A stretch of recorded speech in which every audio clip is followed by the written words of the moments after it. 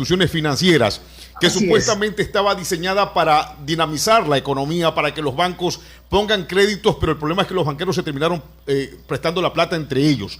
La pregunta, una de las preguntas que le quiero hacer en este momento es, ¿no hay un mecanismo de control en este momento? Porque en el 94 se redujo la capacidad de la Superintendencia de Bancos de controlar la actividad de estas personas. En este momento no hay ningún instrumento que pueda regular o controlar este tipo de actividades que pueden desembocar en un colapso de la economía.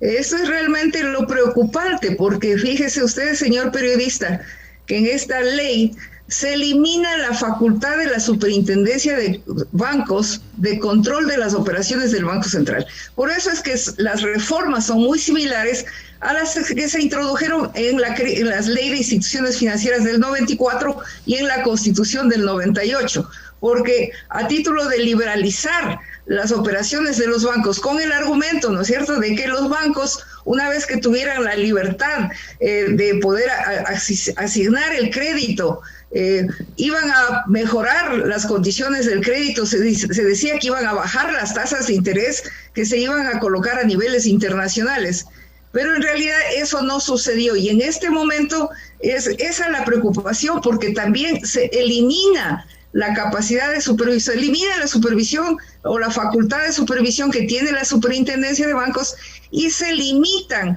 las facultades que tiene la Contraloría General del Estado al mínimo, y se les reemplaza por firmas auditoras privadas, que es lo que sucedió también en vísperas de la crisis del 99, pero resulta que las firmas auditoras privadas son elegidas y contratadas por las juntas que se crean ahora, la Junta de Política y Regulación Monetaria y la Junta de Política y Regulación Financiera, ¿no?, que reemplazan a una única junta que era de Política y Regulación Monetaria y Financiera. Pero entonces las firmas auditoras privadas son contratadas por estas juntas y también pueden ser removidas. ¿Qué es lo que pasó en la crisis financiera del 99? Que estas firmas auditoras privadas no vieron nada, no se dieron cuenta de los créditos vinculados sin garantías legales, que nos llevó a la crisis financiera tan terrible que vivimos en el 99. En este momento tenemos ya una situación económica no crítica, sino catastrófica, porque a la pandemia se ha sumado la política de austeridad que viene aplicando el gobierno actual en el marco de los acuerdos con el Fondo Monetario Internacional. Economista. Entonces, en condiciones que el Estado no pueda acceder ni siquiera a los recursos públicos depositados en el Banco Central, pero que sí se deje totalmente abierta la posibilidad de que las instituciones financieras privadas puedan acceder sin límites ni condiciones y sin control a esos fondos, es lo que causa preocupación. Muy bien, estamos conversando con la economista Vilma Salgado, exministra de Finanzas, para hablar de la ley de defensa de la dolarización que se ha aprobado en los últimos días en Ecuador. No sé si fue usted, no recuerdo, yo escuché a nivel nacional alguien que dijo, se plantea impedir que el gobierno tome recursos del Banco Central, pero se abre la puerta a que la banca privada sí los pueda tomar, es decir, no le mete la mano el gobierno, pero sí la banca privada. Dentro de esta Junta de Regulación Financiera y Monetaria, hay otro elemento que analizar. No solo las decisiones que van a tomar, sino quiénes van a conformar estas juntas y quién va a decidir cómo se van a seleccionar a estas personas, porque se suponía que la política monetaria es facultad del Ejecutivo, pero al parecer podrían intervenir terceros en las decisiones económicas del país. Usted tiene toda la razón, señor periodista. En la nueva ley, en la ley vigente, se reemplaza a los ministros que eran parte de la Junta de Política y Regulación Monetaria, presidido por el ministro de Finanzas, por ciudadanos, 3 ciudadanos, ¿no? Ahora 3 ciudadanos que son elegidos por la Asamblea de una terna enviada por el Ejecutivo. Pero ¿cuáles son las condiciones que deben reunir? Voy a leer la que más nos preocupa, ¿no es cierto? Que es la de tener experiencia profesional de por lo menos 10 años en funciones de dirección o administración relevantes en el ámbito monetario y o financiero, incluyendo los organismos de regulación, supervisión o control de dichos ámbitos. Como concesión en las últimas negociaciones que tuvieron lugar entre asambleístas y el ministro antes de la aprobación de esta ley, el ministro de Finanzas, Se añadió que hasta 4 años de los 10 años exigidos de la experiencia profesional solicitada puede ser acreditada con el ejercicio de la cátedra universitaria en materias afines a los ámbitos antes mencionados. Entonces, figúrese usted, señor periodista, que dice tener experiencia profesional de por lo menos 10 años en funciones de dirección o administración relevantes en el ámbito monetario financiero. ¿Quiénes tienen este tipo de experiencia?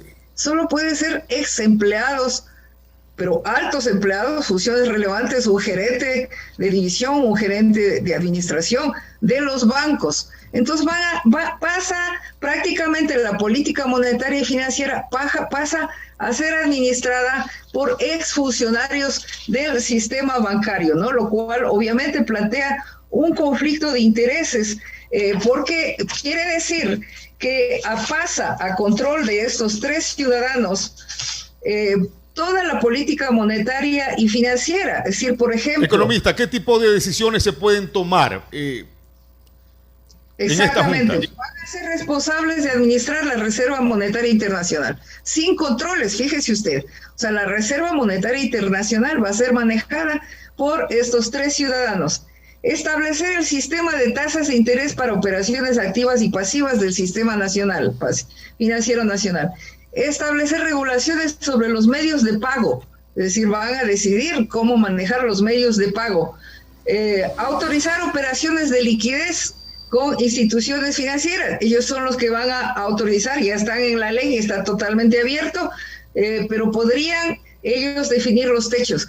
Es decir, en manos de estos 3 ciudadanos vamos a quedar a merced de la voluntad de estos 3 exfuncionarios de los bancos, el manejo de todos los recursos de los ecuatorianos que están depositados en la reserva, de las tasas de interés. Y además todo esto se va a hacer en la más absoluta reserva, porque quedan prohibidos de cualquier tipo de entrega de información, es decir, es más, se establecen sanciones para quienes puedan pues acceder a esta información que queda absolutamente reservada. Y hay un tema que es más preocupante aún, que las pérdidas en esta nueva ley, ¿no es cierto?, que ya está vigente, se establece que las pérdidas del Banco Central serán financiadas por el Ministerio de Finanzas. ¿Qué significa esto?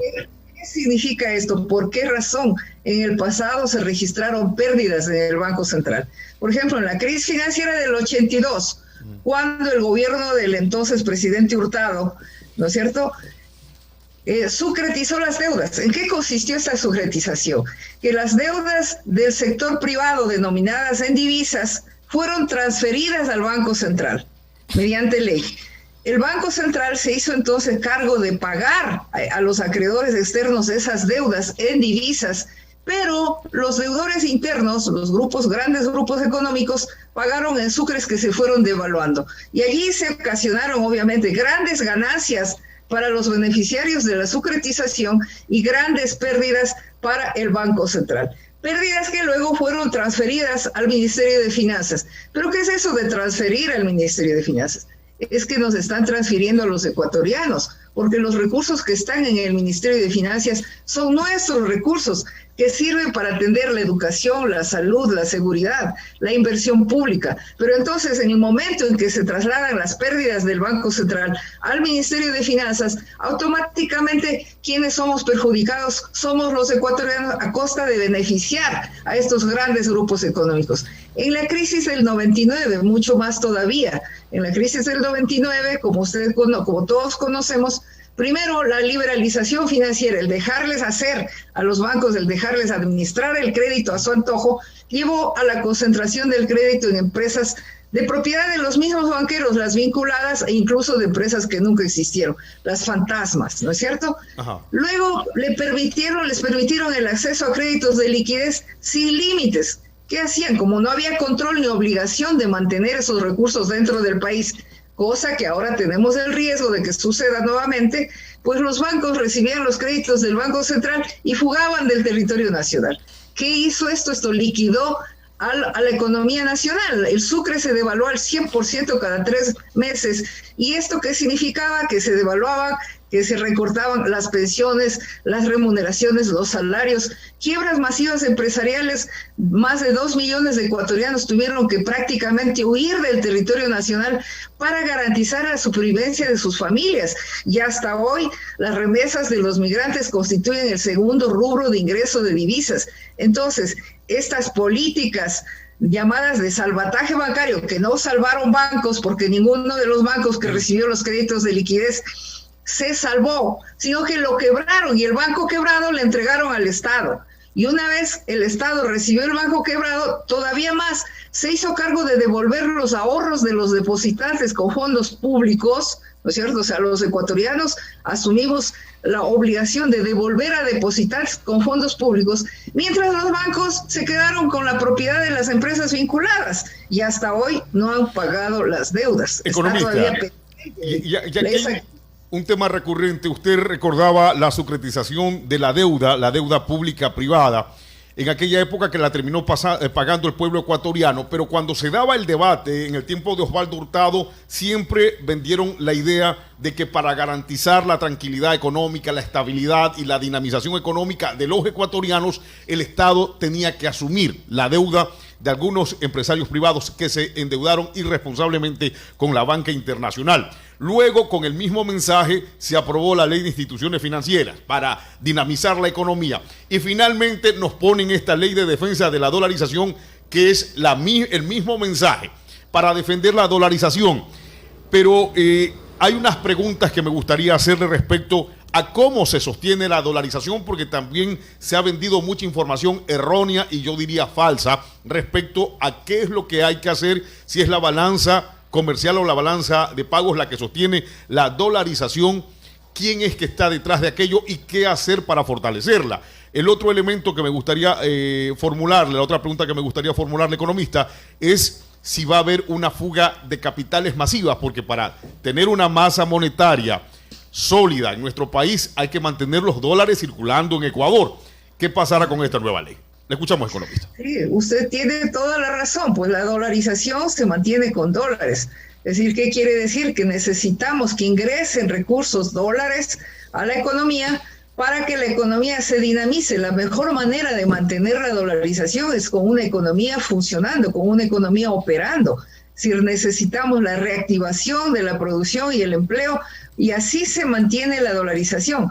Pero fíjese usted el riesgo que enfrentamos si se llegara a dar una fuga masiva de capitales, ¿no es cierto? No estoy diciendo que en este momento se vaya a registrar, pero hay el riesgo, porque además, dentro de los compromisos que el gobierno ha asumido con el Fondo Monetario Internacional, y ustedes le habrán escuchado al nuevo presidente, señor Lasso, pues no, que va a eliminar el impuesto a la salida de divisas. Es decir, eso quiere decir que va todavía más a facilitar la salida de capitales.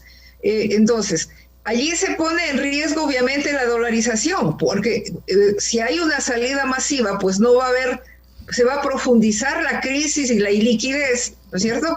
Y se va a profundizar también la crisis del Estado, porque cuando la economía se deprime, los recursos, el Estado recauda menos impuestos, menos ingresos, y no va a poder entonces atender las necesidades de educación, salud, seguridad. Y debemos recordar y tomar en cuenta a los ecuatorianos que aproximadamente el 90%, es decir, 9 de cada 10 dólares del que gasta el Estado, lo hace en educación, salud y seguridad. Es decir, entonces son los recursos para la operación, para que esté funcionando el aparato estatal. Entonces, el riesgo de una fuga de capitales es un riesgo que nos pone realmente a todos en alerta, porque además eso afectaría el tema de que ya tenemos un problema de la seguridad social. Es decir, ya está la seguridad social desfinanciada, hay necesidad de introducir reformas para que, y todo pasa porque la economía mejore. Si la economía mejora, si hay más generación de empleo, pues va a haber mayor cantidad de personas aportando a la seguridad social. Pero si la crisis se profundiza y hay menos aportantes, que es lo que ha venido sucediendo en los últimos años, definitivamente se deteriora la situación de la seguridad social y hay incluso el riesgo de que en algún momento pues ya se ha advertido de que a lo mejor no va a poder pagar las pensiones a los jubilados, economista, ni va a poder atender las necesidades de los afiliados. Usted fue ministra de Finanzas y es una especialista en temas económicos. Estamos viviendo, de acuerdo a nuestra perspectiva, dos golpes. El de la recesión que ha generado la presencia del coronavirus a nivel ecuménico, a nivel del mundo, y las decisiones macroeconómicas o el enfoque macroeconómico que ha tenido el gobierno de Moreno, es decir, dos golpes para los ecuatorianos. La Comisión Económica para América Latina y el Caribe, la CEPAL, establece que habrá una reducción en el crecimiento del Producto Interno Bruto a nivel global y a nivel latinoamericano.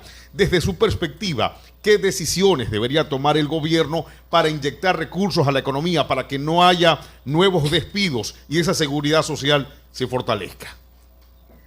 Es decir, fíjese usted, señor periodista, que en todas partes del mundo los bancos centrales están inyectando recursos en la economía para atender las necesidades de la población afectada, directamente con entregas de recursos a las familias afectadas por el desempleo, a los desempleados. Recursos directamente a las empresas para evitar su quiebra y que aumente el desempleo. Recursos también directamente a los gobiernos, desde los bancos centrales. Veamos la cantidad que han entregado. No tiene precedentes en la historia. Es decir, al fin están reconociendo la necesidad de la intervención del Estado para superar y contrarrestar los efectos de la pandemia. Pero en el caso del Ecuador, lamentablemente, el gobierno ha ido a contracorriente y en plena pandemia continuó aplicando las políticas recesivas, reduciendo los presupuestos inclusive de salud, con lo cual renunció. Recordemos que renunció la propia ministra de Salud del gobierno actual en marzo del 2020. Catalina Andramuño. Renunció, argumentando que no le estaban entregando los recursos para atender las necesidades de salud. Y recordemos que el personal de salud, los médicos, salían a protestar en las calles porque no estaban recibiendo ni siquiera los elementos más importantes para protegerse. Muchos médicos fallecieron, personal de salud han fallecido, han pagado con su vida ese descuido del Estado. Sin embargo, el gobierno, en plena pandemia, privilegió el pago del servicio de la deuda a tenedores de papeles cuyos ni siquiera vencían, esas deudas no vencían, pero destinó al pago alrededor de $2,000 millones, según se dice, ¿no es cierto? Pagó en forma anticipada y además les pagó al 100% del valor nominal, cuando esa cotización había caído incluso al 20%. Porque el Fondo Monetario Internacional, además, en plena pandemia, en marzo del 2020, suspendió un desembolso de una de las cuotas, argumentando que el Ecuador no había cumplido con la meta de reservas internacionales a que se había comprometido. Entonces tenemos aquí una insensibilidad tanto del gobierno nacional como del Fondo Monetario Internacional, que es lo que ha profundizado la crisis en el Ecuador. Además, recordemos que en plena pandemia y en estado de excepción, el gobierno aprovechó para eliminar, por ejemplo, los subsidios a los combustibles mediante un decreto ejecutivo, lo dictó en mayo del 2020, aprovechó también para enviar con el carácter de económico urgente leyes absolutamente impopulares, como la llamada Ley de Reordenamiento de las Finanzas Públicas, la mal llamada Ley de Apoyo Humanitario, en la que lo que hizo es aprovechar para eliminar muchas conquistas laborales, para afectar a los trabajadores, razón por la que las organizaciones sindicales pues plantearon una cantidad de demandas de inconstitucionalidad ante la Corte Constitucional que están todavía ahí por resolverse. Entonces vemos que el Ecuador ha ido, el gobierno nacional, a contracorriente de lo que hicieron y están haciendo en el resto del mundo, sin preocuparse por pensar que es absolutamente necesario que se reactive la economía, que es necesario tener sensibilidad frente a las necesidades del pueblo ecuatoriano. Fíjese que hace unos días se publicó una información del Instituto Nacional de Estadística, unas estimaciones de que alrededor de 1 millón de ecuatorianos habrían descendido de la clase media a la clase popular. ¿Por qué? Porque perdieron su empleo. 1 millón de ecuatorianos. Es decir, aquí estamos siendo afectados todos los ecuatorianos porque se está deteriorando el mercado laboral de una manera alarmante. Los índices de desnutrición infantil, de anemia en madres, están elevándose, como lo ha denunciado las Naciones Unidas, y sin embargo, pues el gobierno actual continúa simplemente cumpliendo a rajatabla con los compromisos asumidos con el Fondo Monetario Internacional. Muy bien, el Fondo Monetario Internacional que vuelve con las recetas de toda la vida, ¿no? Y que estuvo un poco más marginado y aislado en el tiempo en que gobernó Rafael Correa. ¿Alberga usted alguna esperanza de que mejore la situación con el gobierno de Guillermo Lasso, que entrará en funciones muy pronto, o cree que las políticas establecidas por el gobierno de Moreno son la tendencia que seguirá Guillermo Lasso cuando ascienda al poder? Bueno, mire, lamentablemente solo tenemos que revisar, hay un plan de trabajo 2021-2025 que está publicado, o sea, quien quiera puede ingresar a plan de trabajo de Guillermo Lasso 2021-2025. Y en ese plan se dice que tienen un compromiso ineludible con la austeridad fiscal. Es decir, eso va a continuar, ¿no es cierto? Van a continuar aplicando los compromisos con el Fondo Monetario Internacional en lo que se refiere a austeridad fiscal. Hay una serie de ofertas, como por ejemplo, se ofrece crédito con dice de al menos $1,000 millones al 1% de interés y plazo de 30 años, que serán otorgados por la banca pública. Es decir, bueno, esperemos, dice que estos recursos los van a conseguir de organismos internacionales, ¿no es cierto? Se ofrece que van a aumentar la explotación petrolera y también los recursos mineros. Se afirma ahí que Ecuador no puede darse el lujo de mantener sus recursos petroleros y mineros bajo tierra. Aquí van a tener conflicto con todos los campesinos que además votaron por él, ¿no es cierto?, en las provincias del sur, y que ponen como una de las condiciones el que no se vaya a la minería que afecta sobre todo las fuentes de agua. Economista, sobre esos recursos que van a ser prestados... No se preocupado, porque dice, bueno, a ver, conseguirán los recursos, los $1,000 millones, porque el compromiso que tienen con el fondo es más bien de pagar los fondos, de devolver al Banco Central los recursos que fueron aportados a la banca pública. Ahora, ¿cuáles serían los organismos internacionales que podrían aportar esos recursos que van a ser prestados al pueblo ecuatoriano, esos $1,000 millones? ¿De dónde tendrían que venir? ¿De dónde podrían venir? Bueno, en realidad recursos internacionales existen, ¿no? Por ejemplo, hay un mecanismo que el Banco Central no ha realizado suficientemente, no ha aprovechado, como son los que se denominan los swaps de divisas, es decir, que se firman con otros bancos centrales en los que se reciben temporalmente recursos con el compromiso de devolverlos en un determinado plazo. Eso, por ejemplo, todos los bancos centrales lo tienen firmados. Incluso el mismo fondo ha propuesto que podría haber swaps con el mismo Fondo Monetario Internacional, pero dependería de que exista la voluntad. Recursos de organismos a tasas de interés del 1%, existen, las tasas de interés internacionales están bajísimas, han estado bordeando cero inclusive en la mayor parte de la década desde los años 20, buscando reactivar la economía. Las tasas de interés a nivel internacional se mantienen muy bajas. Y realmente ese es otro de los temas que está pendiente en el caso del Ecuador, rebajar las tasas de interés, porque no se justifica y es inviable que sobre todo un pequeño empresario, los microempresarios, se les cobra tasas autorizadas por la autoridad monetaria que bordean el 30%. Entonces, en una economía en recesión, 30% es inviable. ¿Cómo puede pagar a alguien el 30%? ¿No podrían servir las tasas de interés flotantes que hay con esta nueva ley de defensa de la dolarización para que desciendan? Bueno, el nuevo presidente está ofreciendo que va a abrir el mercado financiero para que ingrese banca internacional. Y se espera que con eso puedan bajar las tasas de interés, y creen también que eliminando el impuesto a la salida de divisas pueden ingresar divisas. Lo preocupante es que nos pueda suceder lo que pasó en el caso de Argentina, ¿no es cierto? Argentina firmó un acuerdo con el Fondo Monetario, el fondo le hizo un préstamo extraordinario. En el gobierno de Macri, fue en el gobierno de Macri. En el gobierno de Macri, sí, le ofreció prestar $55,000 millones, que era una cifra sin precedentes. Desembolsó, es decir, le entregó al país $45,000 millones, pero abrieron la cuenta de capitales. ¿Qué es esto? Dejaron abierta la puerta del país, eliminaron toda restricción a la salida de divisas y se estima que fugaron entre 80 a 100 mil millones de dólares.